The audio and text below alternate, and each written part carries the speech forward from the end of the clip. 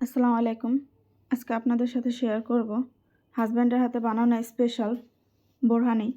আজকে শুক্রবার, সেও বাসায়, এই জন্য চট করে বানিয়ে নিল বোরহানি। আমার এই ভিডিওটি ফলো করলে আপনারাও খুব সহজে ঘরে এই বোরহানিটি বানিয়ে নিতে পারবেন। খেতে খুবই মজার হয়, গরমের দিনে খেতে আরও ভালো লাগবে।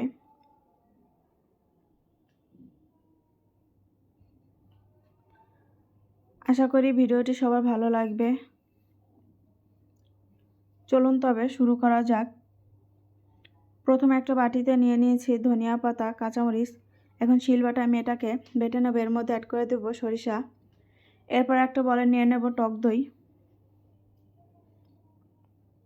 টক দইটাকে আমি ইলেকট্রিক বিটারের সাহায্যে একটু বিট করে নেব।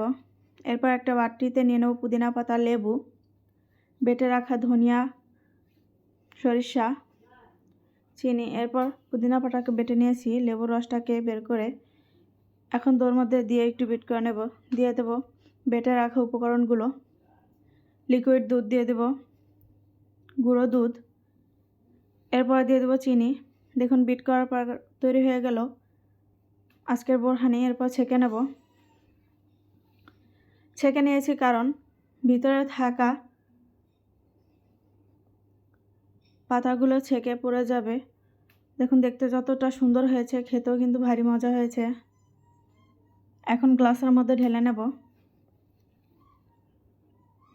দেখতেই পাচ্ছেন কতটা ঘন ও সফটলি হয়েছে।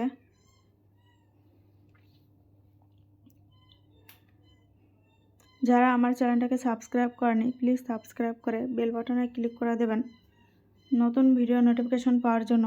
ভিডিওটি যদি ভালো লেগে থাকে তাহলে একটা শেয়ার, লাইক ও কমেন্টস করবেন।